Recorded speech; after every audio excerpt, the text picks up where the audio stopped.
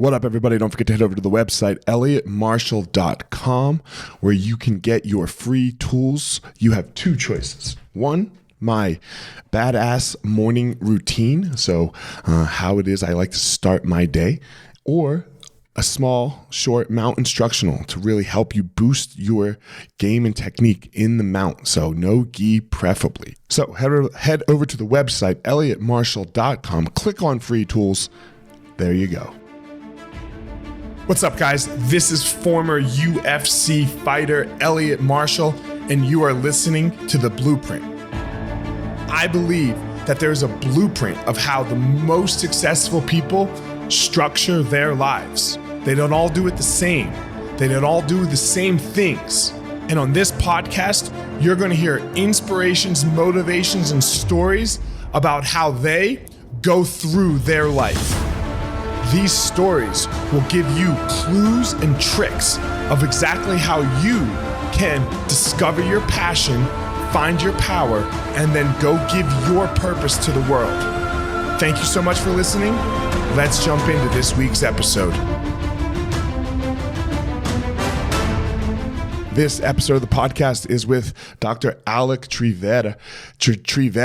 He is a performance coach specializing in the neuropsychology of the human being, of the brain. So, really rewiring how it is we think and go about feeling about ourselves, completing tasks, see the world, all that stuff, so that we can be more successful, more productive, and more just really live a better life, live a more fulfilled life. So without further ado, here we go. Dr. Alok Trivedi. Dr. T, how are you? I'm great, man. How are you? Thanks for having me. Appreciate it. I'm doing well. How's the winter in Chicago this year? Is it rough, or is it always rough? Or? Well, it was snowing today. Okay. It's kind of like it's got to snow at the end. It's still going on. I'm hoping that it phases out soon enough. Yeah, here in Denver, man, we always get like a May good one. We get a good May dump always. Every year, there's always a minimum of foot of snow coming in May. I can't handle that, man. I'm not gonna lie. I'm just not built for that. So you are in the human performance space, the success space. Like we kind of said offline, I do very little research. I just kind of like the periphery of the person and what I see, and then go, okay, I want to talk to that guy. So sure. Tell me about what it is you do. Yeah, so I basically have created over 98 different processes, tools to rewire people's thinking. Started with me being in practice, working with patients. I started getting them better, their mind and body, and started getting their back pain better, neck pain better, illnesses, and all this stuff started getting better inside of it. Then I started working with clients, and then they said, okay, well, let's talk about, their money would get better, or their relationships would get better. And then it just started becoming a thing that continued to happen. It just kind of spread out. Then I started working with athletes. I started working with entrepreneurs, CEOs, executives, sports teams, things like that. So it just kind of evolved into this thing where it's actually, but really what I am is I'm an expert on entrepreneurial health, really what it comes down to. But I like to say that you can't separate health and success. It just doesn't work. But we in the success chasing world, in the entrepreneurial space, think that, okay, once we're going to get success, we'll be healthy, but it doesn't work that way. It's got to go symbiotic. Yeah, you can't detach the human from what the human is doing, right? Like if the human's not doing well, there's no way that you could fake it for a minute. Like you could, you could white knuckle it, right? You could white knuckle it for a while, but eventually that's going to catch up with you. It does, right? They used to even say, they have the saying, right? You fake it till you make it. Like you're really never going to make it. That's the problem. It's a good thing to tell people, but it's not really going to be accurate. Right. So you can't keep fucking faking it. Yeah. Yeah. It's better to be authentic and be who you are than faking it and pretending, because that's going to cause you more sickness and illness anyways. It's one of those things, right? You can fake it in like a small individual moment. Okay, I got to act like this right now for this small period of time. I'm scared, I'm frustrated, whatever it is. But you can't keep doing that for long periods of time. Eventually that cracks you. Yeah. So when you say entrepreneurial health, you said entrepreneurial health. Where are entrepreneurs unhealthy? Let's start with that question. The whole journey is unhealthy. Pardon me. The whole journey is unhealthy. I mean, we go after chasing these big dreams, these big goals, which raise our dopamine. And then what we do is we get stressed out and we can't achieve it. And we've got all this pressure, payroll, staff, adrenals get burned out, livers get burned out, cholesterol issues, testosterone issues, frustration, family issues. Like the whole journey of being an entrepreneur is completely the most unhealthy thing that we do. But we do it because we want to express what we are until we finally figure out that, you know what, I can finally actually appreciate myself and then my body at the same time, and then appreciate the journey of expressing entrepreneurialism. It's really interesting. I had this epiphany the other day, about a week ago. It's kind of similar to what you just said. Like, why does everyone come to me? Why does anybody want to come to this podcast and listen? Why does anybody come to my schools and listen? What do they have anything to do with me? Well, I was like, man, they want to be a badass, right? In some way, they want to be a badass, fighting, life, family, whatever that badass is. I was like, so what's the first step of being a badass? And I asked myself, and I said, you have to take care of your physical body, right? You can't be fat. You can't have high cholesterol. You need a doctor. Was one of my steps, like get a doctor, and men, and look, not to stereotype for a sec, but I'm going to for a second. This entrepreneurial venture, the ladies are really coming, and that's really great to see. For the most part, it's been men so far, right? And we, in general, these are all generalizations, so don't go fucking crying, everyone. We are really bad at taking care of our health. Yeah, we just ignore it. We ignore it. Why do you think we ignore it? I think we ignore it because we think it's not going to matter. We get deluded to sit and say that, you know what, it's not going to happen to me.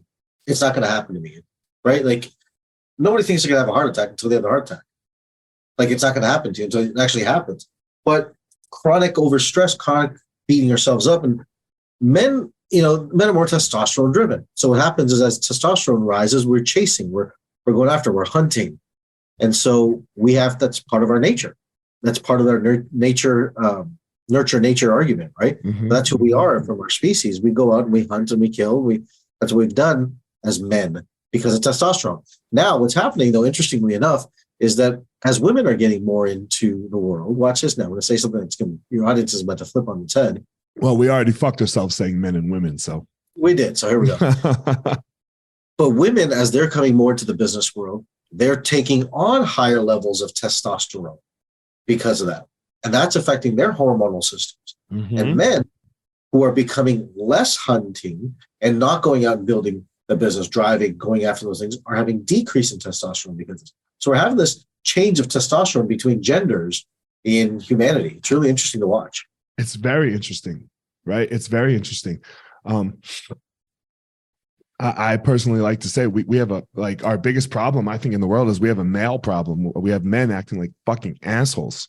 And because they're not doing the typical things that men do, which is go out and work and find passion. And, we're sitting behind cubicles and that's just not what we were made to do. So, I find it very interesting, and I would love to help be part of the solution to solving the problem. So where do you start with the entrepreneurial health thing? Where does that start? I think it starts actually by just being, when I look at it, what I do is I'm one of the few people in the world that can actually take someone's blood work and reverse engineer their psychology. And so what I do is I rewire their psychology. So when someone comes to me and they say, hey, look, how do I work with you, entrepreneurs? It's interesting. People who are entrepreneurs who are making what I call under 300,000, they're usually not as focused on. But once they get to 500 to $1 million, they're like, okay, they think they've got it. From 1 to 10, they think that I've made it, so they don't need anything else. But after 10 million in revenue, they usually start saying, you know what, I got to start taking care of this body, this mind. And then what they search for is balance. That's when people come to me. They start saying, I need to search for balance. You start by looking at your blood work. You start by looking at your chemistry. You start looking by your neurotransmitters, because that's your feedback. That's what's going to tell you whether you're in balance or out of balance. Well, those are the facts, right? Those are the facts. Yeah. There's no wondering, use testosterone for a second. If your testosterone's 200, it's fucking 200. There's no and then that's going to create other problems, right? You get hard data. hard data. And from that, I can reverse engineer the psychology. And that is something it's kind of my unique superpower. I like to say, like most people just look at it and say, sorry? I was going to say, explain more. Yeah. What do you mean reverse Yeah. engineering? So basically I can sit and say, okay, well, if someone's cholesterol's high, testosterone's high, sugars are high, I can look at it and say, okay, well, here's the problem. You have a dopamine receptor that's too high. You're chasing too many things. And I can see and I can reverse engineer what the problem is and then rewire their psychology so it doesn't become something that they consistently have that pattern and they don't run on that. And what happens is their blood work, their neurochemistry all changes because of that.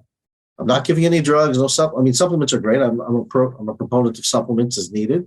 Not a proponent of drugs if not needed. But there's a time and a place for medicine too. So I don't want to bombard that. There's a time and a place for it. But I like to sit and say, if we can use the power of our brain and what we have internally, then if we use that correctly, then we can allow our system to function properly and in balance. And then your body and your business will go hand in hand and you'll make better decisions, better clarity, more organizational structure, and your actually company will function at a greater rhythm.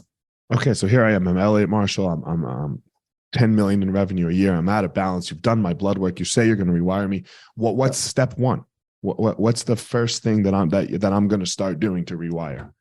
Well, first thing you're going to do is you're going to sit down with me for a day and I'm going to see all the areas that you're probably dopamine addicted, because most of us are dopamine addicted, right? I'm going to look at where your dopamine addictions are too high, where you're chasing things, because all of us are chasing these perpetual goals and things that we're setting ourselves, but that actually leads to the depression. Second thing I'm going to look at is serotonin. Let me ask you a question. Hold on. I'm going to stop you on the dopamine thing. Where's the place most of us are dopamine addicted, do you think? What do you mean? I just did this phone detox. I did a 21-day phone detox. I had to keep it right around 3 hours a day I was trying not to exceed 3 hours a day. It's crazy how much that sounds like, but how little I was actually on the phone with 3 hours a day. But you text, right? You check your work and, and things like that. So I felt great afterwards. I stopped scrolling fucking Instagram like a mindless monkey.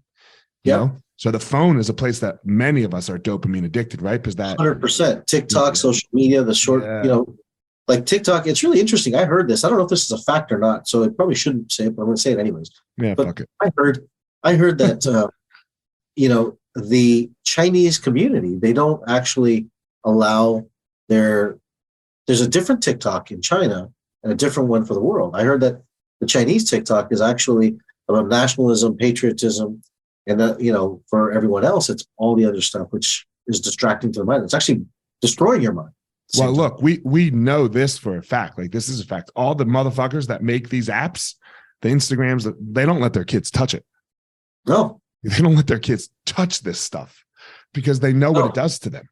They know that it controls our brain. My son, I asked him the other day, I said, do you have Instagram? He's like, no, I just have Snapchat for my soccer because I don't want to get involved in it. I said, you're smart. It's a smarter way to do it. My kid too. He has they have Snapchat for their sports stuff. That's it. They do watch. It's hard for me because they learn a lot on YouTube. I'm okay with YouTube as well. Yeah. Because I remember when my son was 6 years old, he was laying in bed and he had like an iPod. He didn't have a phone at the time. He had an iPod. Right. And I was sitting there, I was watching Modern Family or something like that, just kind of decompressing for a few minutes. And he's watching YouTube. And I was like, it was kind of late. And he probably shouldn't have been. It was like 8:30, 9 o'clock. But he said, I'm like, what are you watching? He's like, I'm watching YouTube. And I said, son, why are you on YouTube right now? Because, but Dad, I'm learning about, they did these, they're learning about anthropology and dinosaurs. And these dinosaurs and how they're doing dissections of old dinosaurs and the fossils.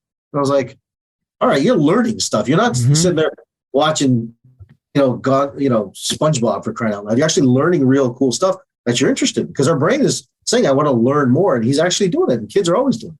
My kids watch sports all day on YouTube. Yeah.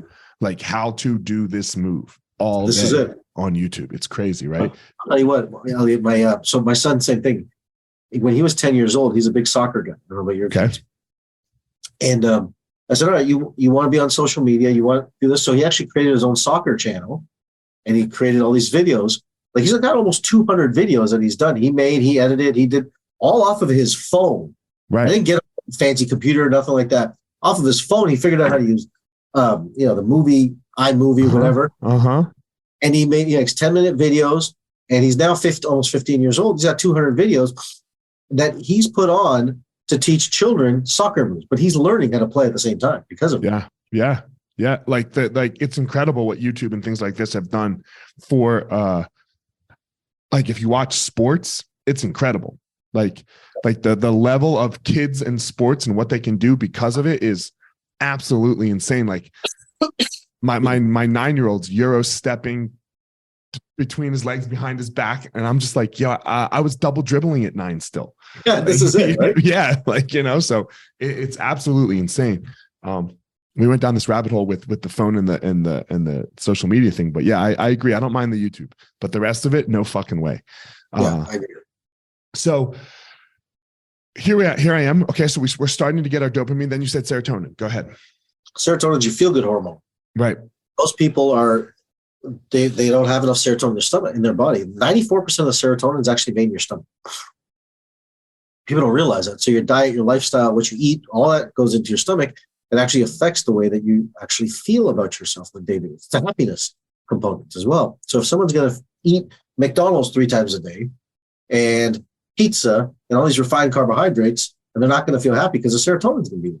Right. So what we've got to do is say, okay, well, let's rebalance that. And usually with serotonin, the person's living in some sort of guilt or shame as well inside that. So we got to go and rewire those aspects as well inside that. So those are the big things I look at. And then I get more specific depending on the case and the individual. Sure. And I look at different neurotransmitters inside that to say, okay, what are we affecting with these? All right, might be a badass course and book is on the right pace, because I was like, you got to stop eating shit. I was like, you got to take care of your body. You got to stop eating shit. Your intake has to be on point, So where did this start for you? Where did this, when rewind, how old are you? I'm 45. All right, 45. So rewind 20, 30 years, whenever that was. When were you like, oh man, this is where I'm going? I think it was always where I was going, to be honest with you. Like since I was 7, I always said I wanted to figure out how the mind and body work together. I've always said that I wanted to learn that. What's your first thought of that? So you said 7 years old. That's a young fucking age. What was your, do you remember your first like conscious thought of that? I don't know what it was. I just thought like it was really interesting because I wanted to understand, I'm thinking this, my body's doing this. Why does that happen? And then, but I couldn't make sense of it. Of course, I was 7, and I went down the path of a lot of religion and study of religion to try to understand who we are, what we are. And then I came into the world of science and used that as a platform. And I like to say science and religion they work cohabitually, right? You need science for religion, you need religion for science, for both of them to coexist. Explain more. Because science in itself is bred out of religion because people wanted facts and data. And religion answers the things that data can't answer. So they both need each other to work in unison. And if you can see both the beauty in both, then I like to say like there's a greater harmony inside. So I studied that path. And I studied neuroscience, neurochemistry, neurobiology. I studied all this neurological stuff after I became a chiropractor, which was a super exciting opportunity for me because I was going down the path of medicine, but it just doesn't make sense to me because medicine was the study of pathology and disease. And I'm like, I want to study how do we perform? How do we live? How do we grow? Like my daughter's in school right now. She's like, Dad, I don't want to be a doctor because I have to work in a hospital and everyone's dying. I'm like, I can't blame you. I want to live life. I want to experience life. And so I started working with patients and built one of the largest practices at one time and helping people heal using chiropractic modalities. But as I was studying all this stuff, I was using whole brain perspectives and understanding why we have these things, why things are different than just medicine, for example. And you were trying to deal with the issue, not the symptom. I'm after the root cause. Yeah. And the root cause is psychological 99.9% of the time. Right. And so once I was able to do that, then I started helping people heal, like things like, it's crazy. Like people will come to me and I can't say that I cure these things because I don't, but I've helped reverse things like autoimmune disorders, Crohn's disease, irritable bowel disease, diabetes, and by rewiring the way that our brain functions. There's that new, I've seen commercials for it. Noom. It's about weight loss, right? Like, and they're I don't know a lot about it, but there's a connect there for me. They're like, look, we don't tell you what to eat. Like we don't do any of that. We just rewire your brain a little so you don't want to eat bad, which I don't know anything about them. And your reaction there was like, yeah, that's bullshit, Elliot. But go ahead. Sorry. Yeah, no, I mean, I've studied Newton quite a bit, and I think they're doing things. They're helping a lot of people. They're raising a lot of money, and they're building a good business inside of it. But I don't know that they're using cognitive behavioral therapy in a format to help change behavior, and I think that's fantastic because I think we need to do more of that. I just don't know that they're actually going to be able to get to the root cause of it and keep people there, because in my experience, psychology alone is not enough to make people change behavior long term. Okay, so then what has to be added? It has to add the neuropsychology piece. You have to have the nervous system balance in the psychology for that to happen. And if they can get that to happen, I think it's fantastic. I think it's a great platform and it helps a lot of people. I'm all for it. But in my experience, my professional experience, psychology alone isn't balancing the brain doing it on its own. So I never claimed to be smart, good looking, able to fix shit. The only things I like to try to claim are I'm a decent dad and husband. I do martial arts well. And man, if you want a steak, I got you. Explain the difference between psychology and neuropsychology for me. Yeah. So psychology is just kind of the way that we think. Neurology looks at the nerve patterns around why we think the way that we do. So they're different things. Okay. So they're different things. Okay. Yeah. And then so to get to the neuropsychology rather than just the psychology. So CBT, you're saying, is psychology. There's more psychology. Okay. So how do you get to the neuropsychology then? How do you get to that next step? Well, that's kind of the whole rewiring process. You're using your neurotransmitters, the dopamine, the serotonin we were talking about earlier. You're using that as a platform to understand why we think the way we do. Got it.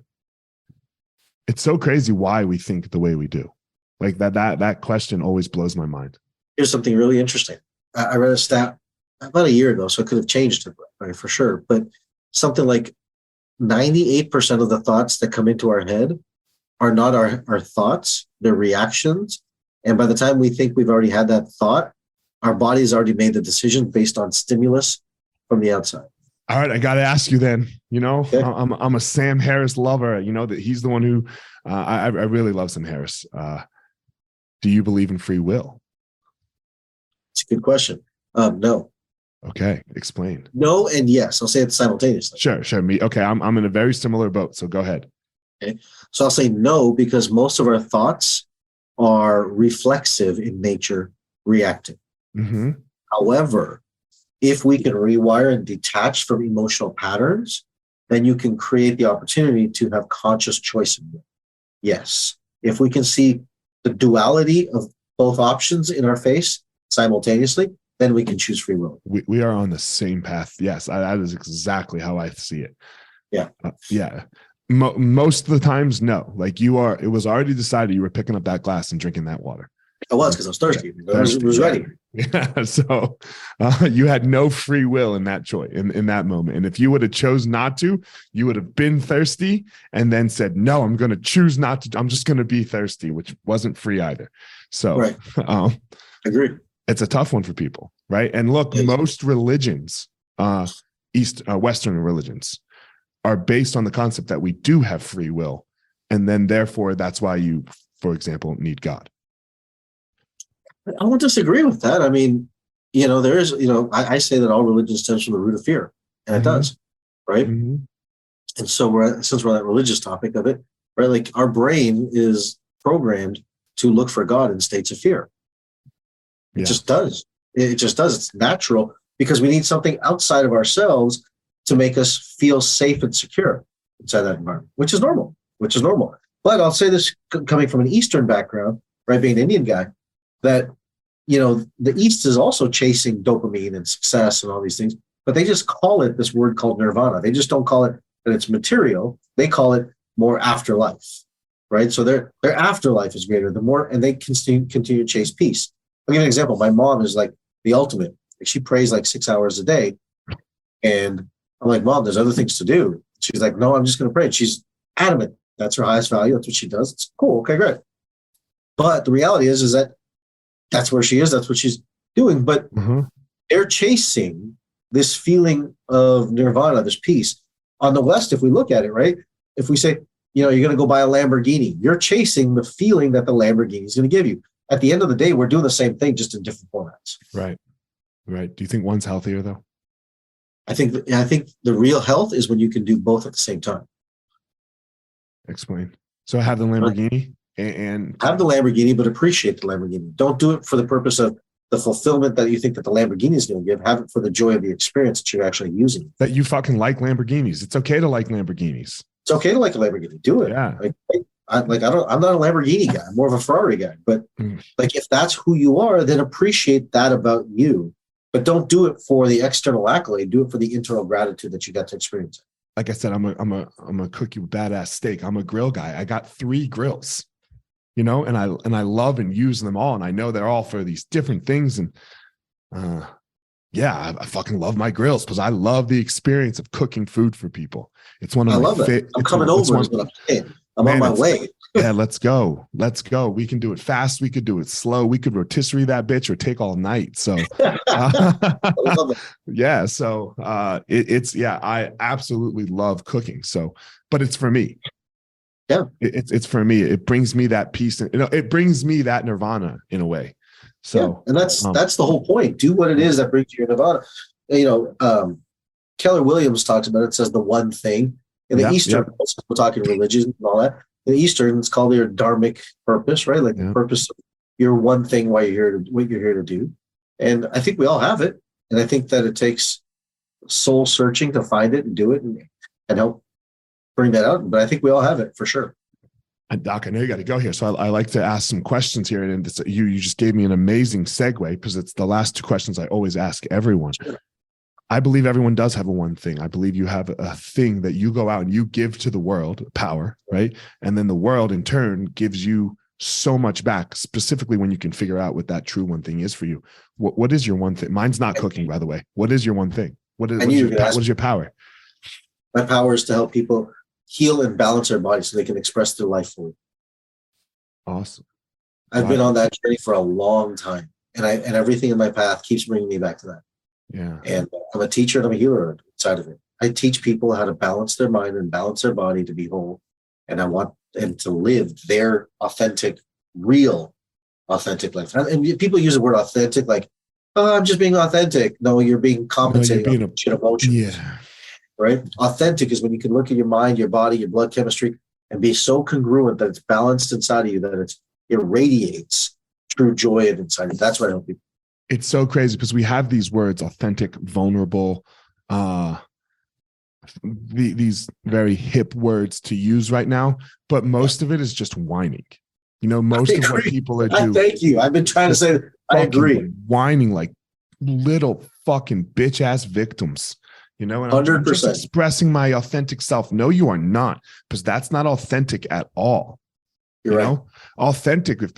When you are being authentic, most people don't want to hear you because it's not for everyone, But and when you're being authentic, it's also you don't care. Yeah, you don't care. This is just how you go out through the world, It's so interesting how I'm being my authentic self today. Dude, this conversation is so much fun. I wish I had more time. I want to continue this conversation. We got to do this again. Yeah, we'll just do it again. My last question for you is this: why do this? Why, look, like you said, you Googled me, obviously, and you're like an MMA guy. He's going to want to talk about like fighting and success, possibly, right? Which is not what we talked about, or I ever really talk about too much at all. Even when I have MMA people on. My platform is not that massive, right? Like I'm not Dr. Oz, or not that you like Dr. Oz, but he does have a massive platform. He does. So, sure. Yeah. Why take 45 minutes, an hour out of your day to come here and do this when, man, your ROI might not be that high. You can't do things for an ROI. You can't always do things for an ROI. You got to do things for the expression. And to me, if I get the opportunity to do a podcast, and honestly, if there's one person that listens to this podcast and says, you know what, I like this guy saying, and I can help him. And he says, you know what, and it actually gets him to be authentic and balanced. Like, I don't say no to podcasts. It could be, 10 subscribers or 10,000 or 10 million. I don't say no, because I look at it in the way that here's someone who's going to give me the opportunity to share my words to someone's community. And if I can help one person in the community, it sounds so cliche, but it's so true, is that helps that person, that helps that community, then that's what I'm here to do. Yeah, man. Look, I really enjoyed the conversation. We so greatly agree, first the duality of free will, that, because it's a very hard thing, right? Like that, like to understand that duality. And most people just get so mad about the topic. And then, like that, it was just great. The dopamine and all. I really appreciate you coming on. If there's someone who wants more of you, more from you, wants to find out more about you, how do they do that? They go to drrewire.com. Pretty simple, just drrewire.com. You can get all my information, all my stuff, everything I do. I'm on socials everywhere, but Dr. Rewire is kind of the home. Okay. And are you on socials the same place? Dr. Rewire? Yep, Dr. Rewire. Yep, Dr. Rewire everywhere. Awesome. Well, I appreciate you coming on. Appreciate making time to make this happen. Sorry with the little confusion with Riverside, so sounds good. I'm glad that we made it happen. Yeah. So, guys, as always, don't go out and try to be Dr. T. Dr. T has his unique thing and power that he goes out and he gives to the world. It's for him. It's how he does it. Don't go out in the world and try to be me. I do my thing, how I do it. Please, everyone, go out there and find your own power. Thank you so much for listening to this week's episode. I hope you found something useful that you can take and implement into your life. Don't forget to head over to wherever you are listening to this podcast and leave a review. That would be greatly appreciated. Also, go follow me on social media at FireMarshal205 on Instagram. Leave a comment, anything that you would like there. And as always, if you think this would be useful for somebody else that you know for their life, send it their way. That would be greatly appreciated. That's it for this episode, guys. I hope you all have a great day and you go step into that power so that you can give your purpose to the world.